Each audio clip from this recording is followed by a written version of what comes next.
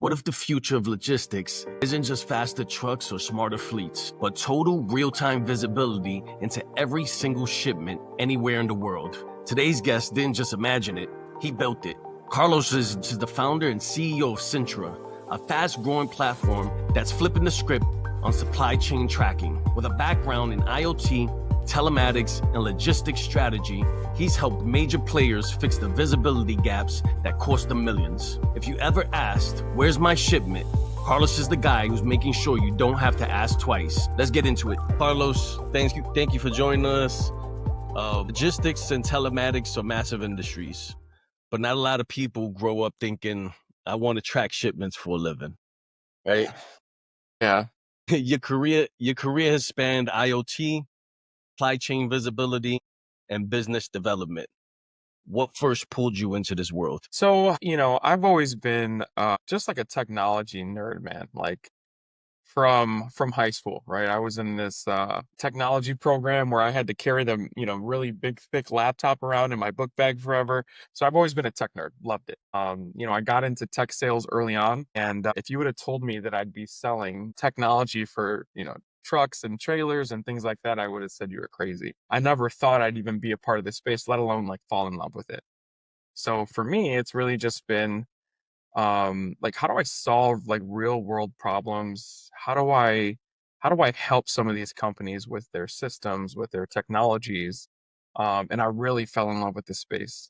As I've gotten older in my life, I value, relationship over anything else. It's been relationship driven. I mean, I've got that wall of trade show badges on my in my office here, because it's the sacrifice, right? It's the time away from your family. And if I didn't love what I was doing, and if I didn't enjoy working in this space, I would have been out a long time ago. But I feel like I can't get away from it at this point, David. It's been real fun for me. When I went into the military, Yeah. they placed me in a job that I had no idea what I was going to be doing. And the guy's like, it's logistics. And I'm like, I don't know what that is. Right? Like, Yeah. Yeah. I have no idea what that is. And I went and I started learning it. And then at some point, just like you, right, I got really comfortable with it. I seen that I was actually pretty good at in being in this field. Yeah. And you start to evolve, right? Yeah. Yeah. I agree. I agree. Most people think of logistics tracking as "where's my truck," but Central focuses on "where's my shipment," Yes. which is a big shift. Yeah. What do companies miss out on when they only track at the fleet level instead of the cargo level? Well, what I've been learning extremely quickly, right? Because I've always been on the trucking, transportation, and safety systems side of the world. And what I've been learning quickly is that there's such a gap, because I was talking to a customer the other day and they were like, we had drivers just kind of quit, left the trailer, unhooked their truck, left. What do you do as a shipper when you have no idea? There's no communication with the truck. There's no visibility into what's going on. Is it going to be delayed? How does someone even know that that even happens? Right. And that's where this real-time visibility piece is new. It's right. Like telematics kills it when it's tracking the GPS, the trucks, the trailers, the containers, the chassis. There's so many different areas that you focus on, but the blind spot is, what about my pallet? And that pallet could have a value of 5,000 to sometimes $1 million, right? There's a lot of different things that get tracked. So for us, we really found that at the cargo level, it's important to give people real-time visibility, not just in their vehicles, but what's going on. Is there light protruding in my system? Is my trailer door open? Was my shipment dropped? So just that real-time visibility in tracking cargo has been, customers are really loving the data. And for us, that's been what we've been most focused on, is the data and the user experience of saying, hey, something's going on with your shipment. It's going to be late. It's going to be delayed. If you see a green bar in my timeline, you know it's on time. You have no worries. If you see green, you're good. Anytime you see red or yellow, you're like, oh, what's going on? Right. So you can reach out and make real-time decisions. So I'm curious about this, right? Because in the military, we had RFID. Yes. And RFID pings when you get to certain access points. Mhm. It'll ping and it'll say, "Hey, look, it's here," or whatever the case. Yes. But there's a capacity in regards to information. so you don't get all the highlights that you're given right now. So I guess unpack the highlights portion, and then what would your product be used for? Is it per pallet? And then what's that cost look like for the customer? Yeah, so let's get into the weeds. So when it comes to Bluetooth, you need gateways, you need infrastructure. It gets expensive over time, right? And this is not an easy solution. I can't tell you how many customers I talk to that say, "Hey, I want to track my shipments with my Apple AirTag." So they try, they realize that it's really not an enterprise grade solution, and you can only have there's so many limitations with that stuff. Do you have gateways all over the place? Are there gateways at every single dock? Are there gateways in transit? There's so much of a lag and disconnect between the BLE gateways and tracking your actual shipment. So for us, David, think about your cell phone, right? Live real time, right? It takes 2 minutes, 3 minutes to get up to the cloud, send out, boom, your text message is out. It's like putting a cell phone in a package. That's the level of visibility that we give you. It's an actual GPS device that has 3 different methods of communication, so that if you have bad signal or you're in a rough area, we can still try to get out some sort of connection to the cloud to let you know that, hey, it's now hit this checkpoint. So we really control how we can give the data to the customer so that they know that, have that Amazon level visibility with your shipments, right? Specifically Yeah. with your packages, right? With your Yeah. pallets, Yeah. or yeah. Yep. Now, Exactly. are they disposable? Are they designed to be disposable? Are they Yeah. Let's reusable? Yeah, so there's 2 ways to do it. When we started this, we really just focused on one-way shipments, A to B. I need to certify that this load got to, from Chicago to the port of Miami or wherever it was. A to B, A to B, A to B. That was a real big focus for us. And I had talked to some CEOs at some other companies, and they're like, Carlos, yeah, 95% of our business is one way. People typically either don't care to get the devices back, or they can't get the devices back. And I say that, and I actually had a use case where, there's a pharmaceutical company that really they're like, we can figure out the reverse logistics of this. Can we do reusable? So we built a reusable model. So now, instead of the cost going anywhere from, let's just say 50 to $75, I can now bring that shipment down from 10 to 15. Right? It just depends on the volume, it depends on the scale, but we can really make it affordable. You think about $15, and you can reuse these devices as many times as you want in a month. It's a no-brainer for people. They'd rather have the visibility. They'd rather have the temperature certification so that they can certify when this product arrived at the dock, it was at this temperature, and then look at the line on your graph to certify that it maintained temperature. So it's you show, and then the best part about this, David, is I can give it to you on your phone. They have real-time visibility on their phone, and that's where a lot of the challenges or the differences between SYNTRA and some of the other platforms on there is they don't give you that visibility on your phone. You have And to plug in. this is still on the pallet level. Yeah, yeah. So So you're able to track temperature on your shipment on the pallet level. Wow. yeah, Wow, that's something. yeah. That's interesting. Think about how many shipments are out there, David. We're playing in uncharted territory here. There's been some competitors in the past that they did a really good job of introducing this, right? They went through the grind, and they made a real path for companies like SYNTRA and other companies that want to get into the shipment tracking side of the world, right? We really got to make it easy, because logistics is not easy. It is a circus all the time, and the tent is on fire. So it's crazy. Where my head goes is the operational stuff, right? So for a company that has refrigerated goods, it makes sense, right? It makes tons Yes. of sense. Yep. So here, since you went down this rabbit hole, check this out. Yeah. Yeah. So when it comes to reefer, I love reefer. But I was a part of the reefer business for a very, very long time. Well, our sister company, Prometheus, right? So we partnered together on a lot of these things. Here's our vision for all of this, is we want to tie that reefer control data with our SYNTRA tags, with our X cargo devices, so that on the reefer, which, hear me out, we can now control the reefer with no hardware. Zero hardware. I can do it with a direct API integration, and I make it look and feel like your Nest thermostat at home. No, that's awesome, right? That's awesome. I get that. But if you have refrigerated goods, Yes. maybe you don't own the actual cargo, the truck that's getting sent out, right? They never do. Right. Yeah, they never So do. so to be able to track on the pallet level that and gauge the temperature at the pallet level, that's huge. Yes. Yeah, and then when you're, when the driver gets to the dock, you can say, "Look, here's the temperature. This load maintained temperature in transit. Here you go." Easy. Yeah, it's incredible.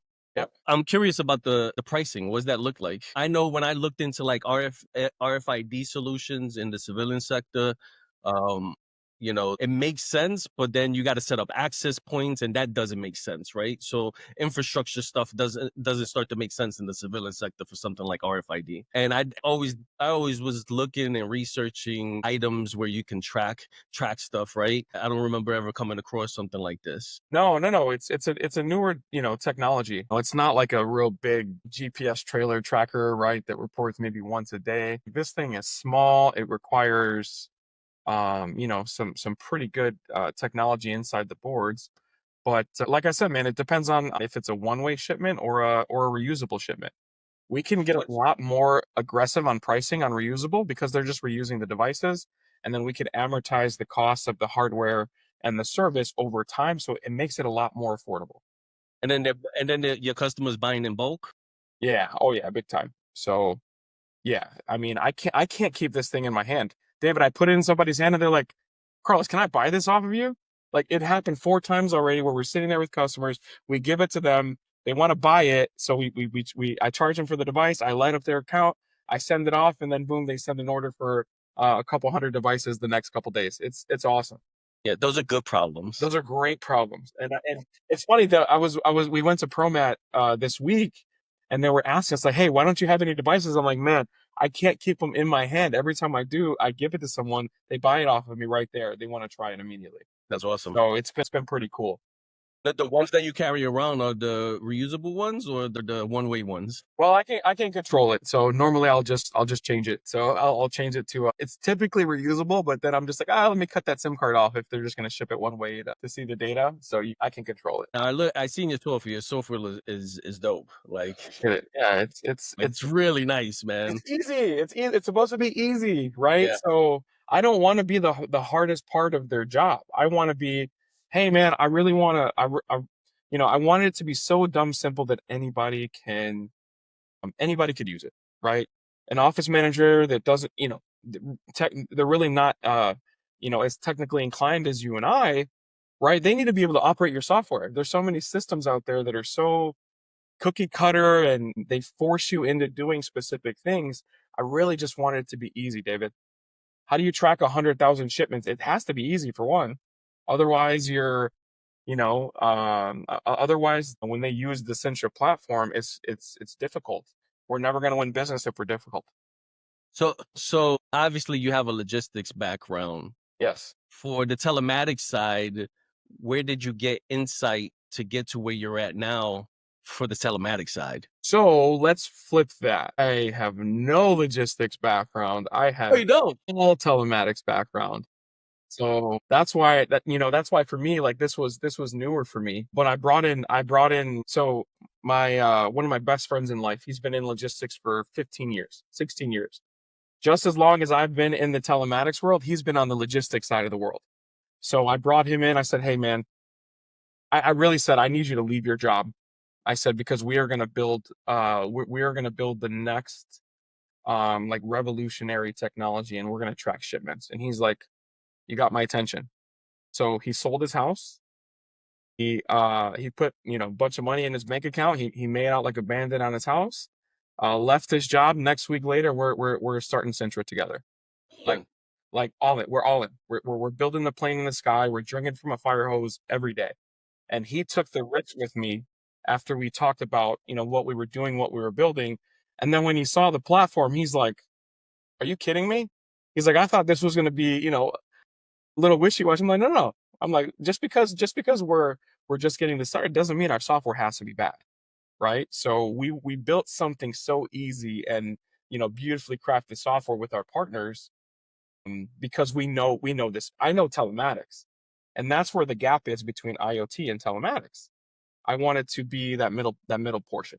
So it's been fun, man. It's been a challenge. It's been everything under the sun, man. It's been a bear, but we're having Now, fun. have you had opportunities to navigate through different pathways in regards to what you track for data, for different Yeah. types of equipment? Have you seen anything in your journey so far that you're like, oh yeah, this is an area that we can excel at? So for us, I always thought that like food and pharma was going to be a really big play for us, right? It's high value.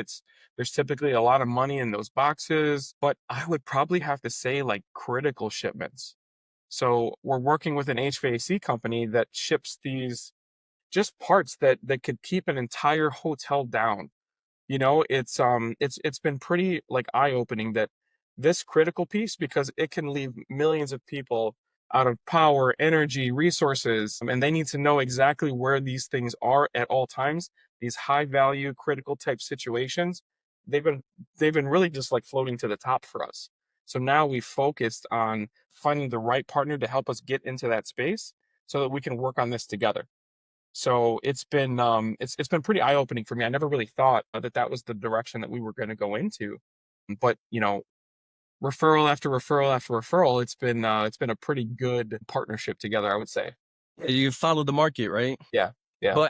But at the same time, where do you feel like you've gotten the most resistance? Because essentially you're doing something that's different. And when you're doing something that's different, there's a lot of explaining that needs to happen, right? Yeah. Yeah. And here's what I like is that I can show you a quick little 60-second video clip and then I don't have to explain it anymore. Mm. Because they're like, wait a minute, we do have these issues. I do not have any kind of real-time visibility into my shipments. I don't know where my stuff is half the time. So I had a conversation with a shipper the other day that uses macro points. They're like, oh, we track our drivers, blah, blah, blah, blah, blah. I said, can you pull it up right now for me? So they pulled it up and lag, lag, lag, lag, lag, lag, lag, lag. The driver went into like airplane mode for a little bit. And I said, this is a prime example to why you don't have to worry or rely on the driver. We have the visibility on your actual cargo. And I showed him and what I did was I pulled up my app. I showed him where we were in the trade show area. I copied the link. I sent it to him. And he's like, wait, I don't like, I can do this for my customers. I'm like, yes. I'm like, you can give your customers the tracking link without having to log into another system or download another app. I give it to you live real time. And he's like, oh my God, this, like, it just, like the light finally clicked for him. And then we're saying, hey, like, if you offer this to your customers as an add-on service, you can even commercialize this. And he booked a meeting for next week. So, right, it's things like that. It's like, oh, I have it, I have it, I have it, but they don't understand it until they actually see it. It's just different. So AI is a big topic, Yeah. especially today. So everybody's talking about AI, including logistics, but there's a difference between hype and actual impact. From your perspective, is AI already making a real difference in shipment tracking, or are we still figuring out how to use it? Man, this is a really good question. So I feel like there's so many companies that are trying to make the shift. They're trying to understand, if they need to be reactive to this or predictive. When I think of our solution and all of the AI that we built into this, we built an AI into the module. So when someone puts a starting location for a shipment, we automate it. We put a geofence around that location. And then all of the AI and the things that we do behind the scenes to actually make the sausage, right? We rely on it because it gives our customers better data. So, if you talk about predictive delays and, enhanced like theft detection or tampering, like if let's say you have an alcohol or a cigarette shipment and you want to know if somebody opens up a box, how do you do that without having a device actually in your shipment, right? So, we've been working with customers that want to put it in like a dummy cartridge. They basically take two cigarette packages, slip my little tag in there, and then if somebody like steals or opens the box or does it after hours or late night, I automatically trigger a flag so that it can send a text message, an email, whatever. We're notifying somebody that, hey, something's wrong. so that you can make real-time business decisions. You can send someone out, you can call the police. There's ways that you can optimize your shipment operations. So it sounds like you're using AI more for simplistic actions like triggers, right? Yeah, the future is going to be like smart route optimization. Like, hey, you probably shouldn't take this route. There was burglaries that happened along this route. Like that's what's going to come. And that's what's really exciting about all of this is kind of bridging that human and tech gap and making it simple for people to understand what's really going on with their equipment that is valuable or temperature sensitive. For from your understanding, from your perspective, how far is that from you? I'd say it's not far at all. For us, I'd probably say it's a Q3, Q4 type deal. And with customers driving growth, it could be even faster, right? It's really driven off of customer need. David, I have to say that we don't really care about selling you a product. We care about solving a problem. And I think that's been the biggest change with our team is that, we're not corporate. We don't have these crazy corporate demands and requirements. We really, really focus on what does my customer need and how do I give them the best possible solution? And at a good price, right? And that's what we're building here is it's a different culture. I think my favorite thing is when I come into a meeting and they're like, Carlos, who does your marketing? And they ask like it's like it's real, it's fun, it's non-corporate, it's not AI. Everyone's had enough reading AI marketing material, right? We got to make it real. So we built stuff that people can't forget, right? It's like a funny, like we had one the other day that was a bear breaking into a honey shipment, and it said who's tracking the bear. And I booked 4 meetings. We booked 4 meetings from that appointment because they were like, I just had to see what you guys were doing, And he's like, I'm not interested, but I have a customer that needs your solution. Boom, we got another sale from there. It was pretty cool. So it's funny, it's goofy, it's different, but I feel like we have to be. I don't have an $80 million marketing budget, so how do you stand out? Well, this is how we stand out. Yeah, it's funny. It's funny too because you the as much as you put out, you would think that you have nothing to do. But I see you everywhere, right? You David, you doing that's called this, you that's doing called that. AI. We've met multiple times, had multiple conversations. So it looks like you don't do nothing but marketing, but apparently you on the move. It's AI. I use AI for a lot of it. Do you? I made it. Oh my God, yeah. I use AI. I use so many different tools to get the brand out there. Awesome. And we do it. And it's not only I do it, the whole team does it. And I put all of it on autopilot so that we can really focus on driving sales. So you've probably seen some logistics horror stories. What's one situation where you thought if they had SYNTRA, this whole disaster would never happen? So all right. So we get all the time like, hey, it's funny. Customers are reactive, David. So they're Yeah. not going to call me until something bad happens, right? Because I can show them what I have to offer, and they're like, oh, we're good. We don't need it. Okay, cool. No worries. Let us know when you're ready. We can send you some tags. Try it out. But then when something bad actually happens, we had a medical device company. They had some equipment that went missing for like 2 weeks, right? So they're sitting there. The carrier had it on the truck, and he dropped it off at the wrong wrong dock. So it went noticed. It just sat on a dock. Think about all of these busy warehouses, and you're accepting shipments, you're accepting loads, you're counting boxes, you're moving on to the next. You're just trying to get that trailer out of there. Well, it was like a $500,000 piece of calibrated equipment that went untouched for 2 weeks. And before they could actually realize what had happened, they lost over $500,000 in business because they couldn't find this like specialty calibrated equipment. So if they would have just had one of my devices in their Pelican cases, it would have never happened. And then when I told them that it was for less than $100, they're like, "Are you kidding me?" Right? It's things like that when you're talking about things that are so critical or high in value, and we can solve for pennies. They're not worried about the cost of our solution because it's really focused on just critical and high value items, and that's where we really shine. So do you feel like the rest of telematics you're in competition with? Oh no, I don't. No. Okay. We're talking about two different things, right? Telematics. Right, right. Yeah, it's just different. It's if anything, we can work together. right? There's a lot of synergies with what we're doing. But, we went to Promat this last week and we found the perfect unicorn. So they not only care about the cargo, they also care about the equipment. So we're going to marry Prometheus and SYNTRA together on this deal because they want real-time visibility of their trailers, their drivers, their trucks, and they also care about the temperature sensitivity of their cargo. So, it's this was like an idea that me and Carlos Landry had. It's like there's got to be somebody that cares about both. Like, how do we find that? And at the show, we found the right partner to help us kind of test this theory. Like, how do we marry telematics and shipment tracking together? And we finally found the right partner to kind of help us really test this. So it's brand new. It just started. We're gonna be driving out east here in a little bit, just to really figure out the synergies. And I think they're using a competitor that I'm not going to say, but they're like, we are not married to them, and we need something a little more customized. So that's why people really like our solution, is because we can move pretty quickly with our integrations and how we kind of customize the platform. And people are really liking how flexible we are. So I learned a while ago when you have larger corporations, those larger corporations move like pond water.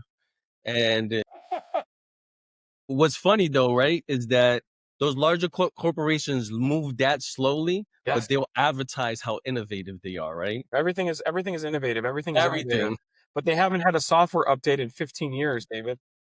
Crazy, right? But it's marketing. It's marketing. So right? They're when the they most see, innovative companies they're the top list of this magazine or whatever the case. And then you have the smaller companies that are on the come up that's actually making the configurations. They're changing whatever they're doing integrations, they're doing all these things and truly being innovative, yeah, right? yes, And it's those conversations like what you had with that customer that they're able to see that and understand that. yeah. And the thing is when these companies get so successful that they get too big, they stop focusing on the technology side of the world, and they start focusing on their profits, and then that's where everything kind of goes south, right? You've seen it with a couple. I'm not going to name names, but you've seen it with a couple companies that they had this big uptick. They bought or sold a couple companies, blah blah blah, and then their customer service went in the toilet. They stopped innovating. They stopped integrating. They stopped doing all the things that made them successful. And it happens, right? It happens every day in business. What would you say that stems from? The stock market and you know, uh, But the stock market don't control shareholders. operation. The stock market don't control operations though, No, it, right? it doesn't. It doesn't. But shareholders, right? Shareholders are a big piece of that, right? And that's another thing is like for us is I've had so many people approach us like, hey, what would you do with $10 million? What would you do with this? And I'm like, man, I don't need it. I don't need it because then I turn into everything I'm fighting against. I want to build a culture that's different. I want to build a legacy. I want to build something that, I can leave to my kids one day. And if they want to sell it, great. But I don't want to do it in my lifetime. Right. I want to build something that's so big and burly that, we can do it on our own. And if I do need help, I have friends that can help, right? So it's my dad, for example, is itching. He's itching every time I see him. You ready for a check? And I'm like, nope, I'm good. I was like, I'll let you know when I'm ready. But no, we're And the thing is, good. you guys didn't leave. Yeah, You guys didn't get up and leave your companies, the companies that you was comfortable in, that you was probably making good money at, right? yeah. No, we did. What do you, we did. Yeah, no. Let me finish. So you guys didn't leave the companies and you guys didn't sell your houses so you can get ahead and get another boss, right? I'm like, yeah, that's it. Somebody could give you money and say, oh, okay, cool. Now you do what I say, right? Exactly. Yeah. So we had this meeting with this I'll just say a securities company. And they're like, oh yeah, we want 51%, you'll get 10 million. And I'm like, yeah, I'm good. Like, why? Then I have no control. He's like, you guys have this cool solution. Your name came up in a couple conversations, and I'm like, yeah, well, I'm okay. Just we'll figure it out, right? We scrape our knees, we take our licks. It is what it is. We put our pants on the same way as everybody else, so we can go out and we can make things happen for ourselves. So we believe in ourselves and in our technology.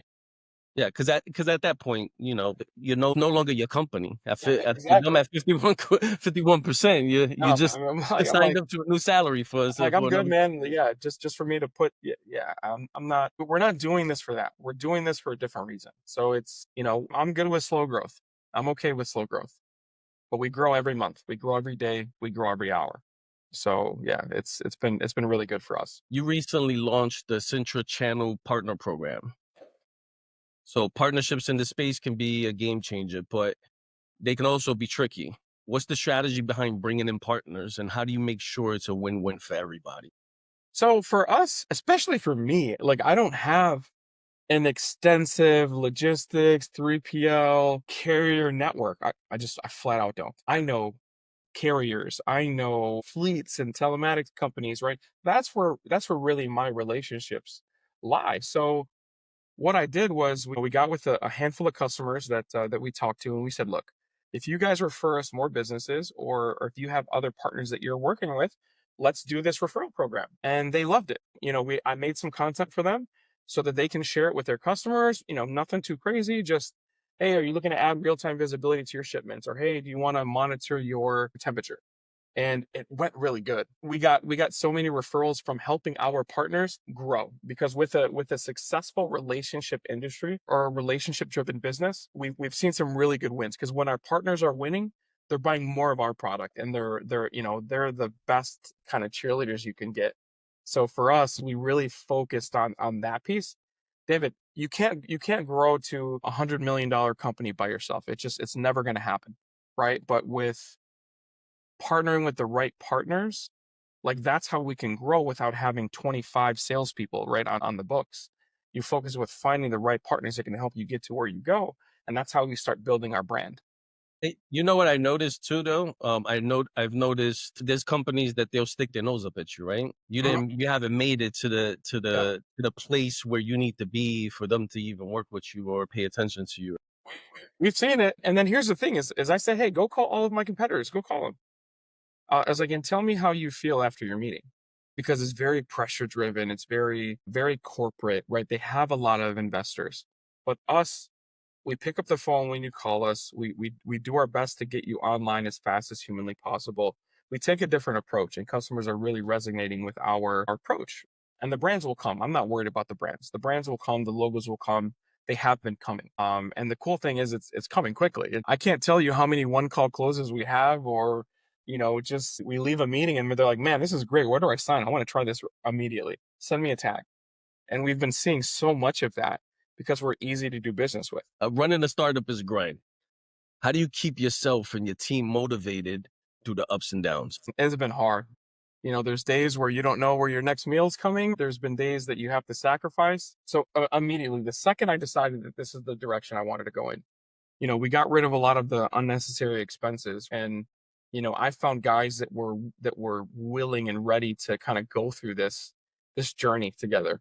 So having the right team next to you, I'm telling you, man, there's nothing like it, because when I'm having a rough day or an off day, man, these guys kick me in my butt right back, right? It's having guys that are sharpening irons together, and we're growing and building this crazy idea together. And we've really just been intentional about all of our, just everything that we do, right? Finding the right partners, finding the right customers. Like, we've turned customers away because they were just not our flavor of ice cream. Like, that's okay. You don't have to do business with people that you don't like or get along with, right? And I've learned that quickly. Is I want to do business with guys that respect our time, guys that see the same vision that we have. And it's really been resonating with a lot of our customers. And for my team, I try not to get too down on them or too hard on ourselves. We try to keep up our energy levels together. Because, man, I've had heated conversations with partners, man. We get sideways with each other, and I'm like, whoa, whoa, whoa. I'm like, hold on. Like, let's take a step back. Let's reanalyze what we're doing. Let's not escalate, and let's take 20 minutes. Like, let's just go back to the drawing board, and we come back at it. And I have to, for me, because I'm such a passionate person, and my partners, we're both very A-type, aggressive people. So I'm like, all right, let's take a step back. Let's refocus on what we're doing. And then let's kind of come back with a level head. Let's like go grab a Diet Coke, go grab some water, do what you got to do, and let's come back and let's talk about this again. So just making sure that everybody's on the same page, and making sure communications are right. Especially for me, like I go into the focus mode sometimes where I'm so laser focused on what I'm doing that sometimes the outside noise, I kind of have to tune it out to get what I'm trying to accomplish done.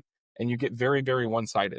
So I've had to learn how to manage 20 things at once and still, be human afterwards.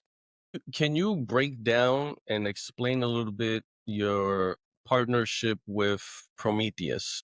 Yeah. Oh yeah.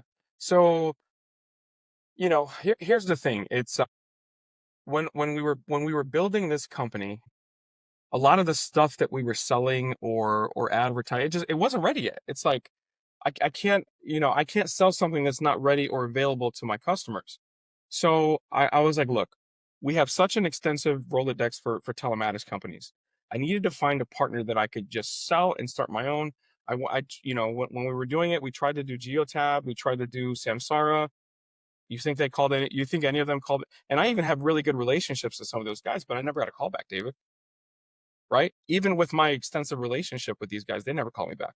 So I'm like, okay, cool. Let me go find a partner that's willing to work with me and that has a program where I could build and sell and put our own telematics brand on it. So we became the master channel partner for Prometheus. So now we're working with fleets.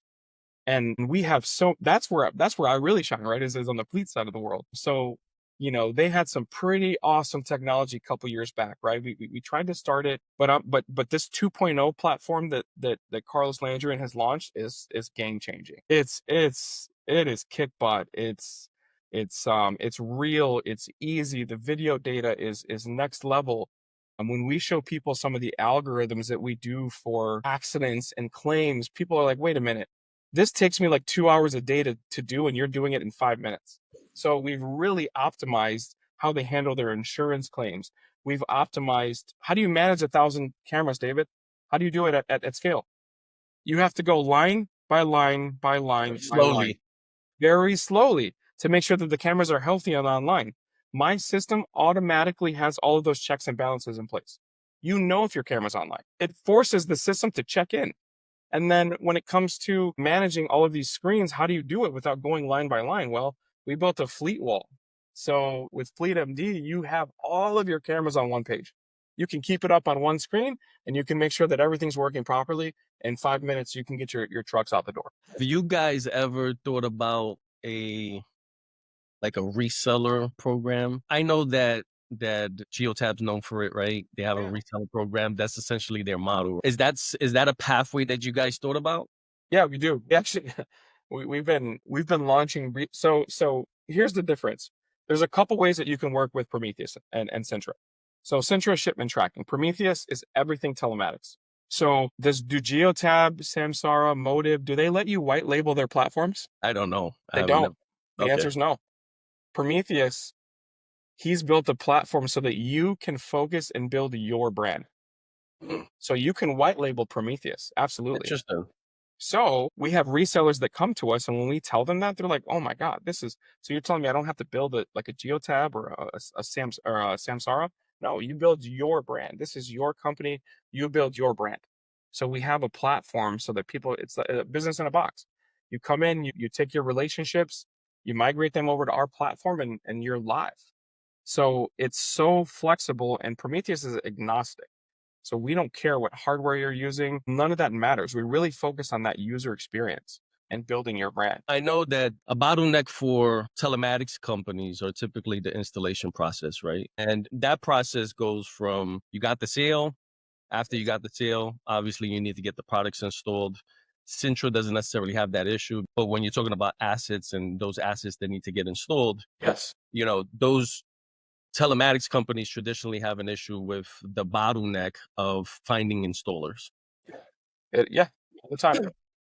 So what's kind of your strategy to assist with that? So it really depends on where our customers are, like in the country, right? So Chicago, like Miami, we're pretty well covered, right? We've got installers all over the place. But that's where our partnership with Textbooks really comes into play, is you can really help us streamline that piece of it. And that's what really drew us to reach out to say, hey, are there any synergies here? Like, do you integrate with telematics companies?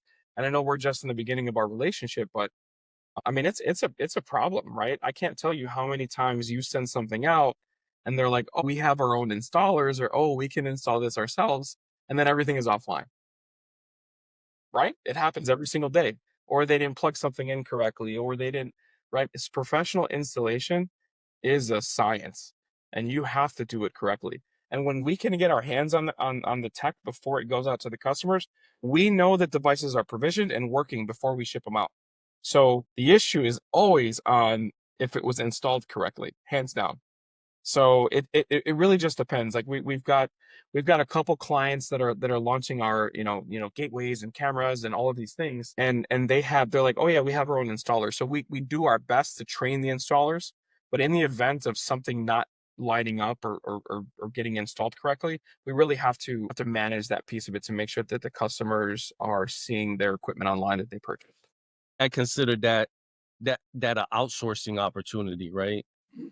It's not necessarily something that you want to adopt internally because then that comes with a high cost. Yeah, I don't want to. Yeah, we don't want to touch it, right? Yeah. Yeah, no, nobody should want Yeah. to. Nobody, I Well, don't think nobody wants and to. so okay, I say this, but we have customers down in Miami that we physically have an employee that's on site from 8 to 1 every day installing new cameras and making sure things are working properly. Because I mean, I don't know any other company that has a dedicated employee that lives on site at a fleet. Do you? Yeah. There's I not don't I many. don't know anybody, but we No. do. And I he heard of manages one our guy. biggest customers. I heard of one guy down by the border. Yeah. Okay. Yeah. There was a company down by the border. It's like a Okay. trucking company. They have installers that's there just, doing installations or whatever the case. And it's hot down in Miami, right? So if something ever falls off the dashboard, he's there fixing, he's there tightening, we're doing a lot of development with these guys. We're trying new products, we're doing yard management, use cases. We're just trying things. We live and breathe inside of our customers so that we can offer a better solution because we understand the client. But there's a capacity to that, Yeah. Yeah. right? Like you can't have an employee for every single customer that you have. No, this is a rare, unique use case. We're so embedded with their operations that, I mean, the fleet is the one paying for this, right? So they're paying for this extended service that we're offering. This is not a norm. This is a kind of a unicorn, as Yeah, you would but say. it's a true partnership though. It is. It What it is a true sounds like. partnership. Yeah, they can't do anything without our software. So Yeah, that's incredible. Those relationships are fantastic, man. Syntra's growing fast. What do you see in the next 5 years? So we're just getting started. When we think about shipment visibility at scale, our whole goal is to really try to build a global brand. We want to have global reach. That takes time, right? It takes time, it takes resources, and it's really customer driven for us. But I see shipment tracking becoming a standard in this space. And we really want to ride that technology wave, right? It's you think about the dot-com, burst. What was it back in 2005? That's how Mark Cuban made a lot of his money.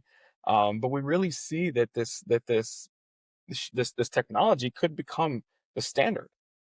For you not to have shipment tracking visibility, right? Why don't you have this? Right?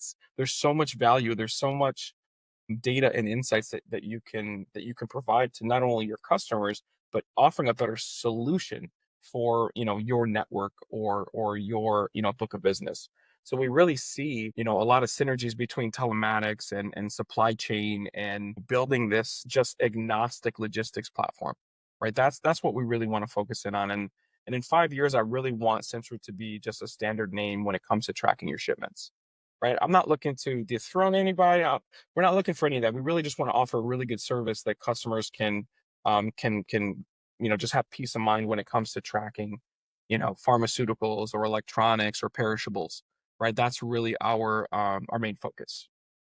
Finding the right partners and finding partners like yourself on the telematics side of our business, it's all crucial. It's all interconnected. There's so many synergies, and we can see a lot of niche markets that we can tackle together, but we do it through partnership. I remember the first time we spoke, we was going back and forth, and you mentioned something. You said, "Hey, our company's super innovative," and you was kind of vague about it. And in my head, I'm like, "Yeah, bro, I heard it all before. Like, like you guys is doing GPSs, right? Like you're Everybody doing the says same it, thing right? as everybody else." Like, Yeah, yeah. Is it but dots on the map or is it more, right? It's no, but when I sat down with you and you explained what you guys were doing, I was super impressed, man. Yeah, I appreciate. because you guys are legitimately being innovative in a market that's difficult to be innovative in. I think the difference is that we put ourselves inside of our customers' operations. Like our CIO, he's obsessed. He doesn't sleep. He's always thinking of ways that he can solve, challenges and problems. And I think the difference is that he drove truck for a while. He tried Samsara. He tried Motive. He tried everything under the sun, and he's like, man, there were some challenges that he was unhappy with. So, that's where Flex GPS. They were really just tracking assets and vehicles back then. It wasn't what it is today, but they started just trying to white label a solution. They really did. They were just entrepreneurs, and they had a really big customer base already. And so Prometheus was born through customers, really.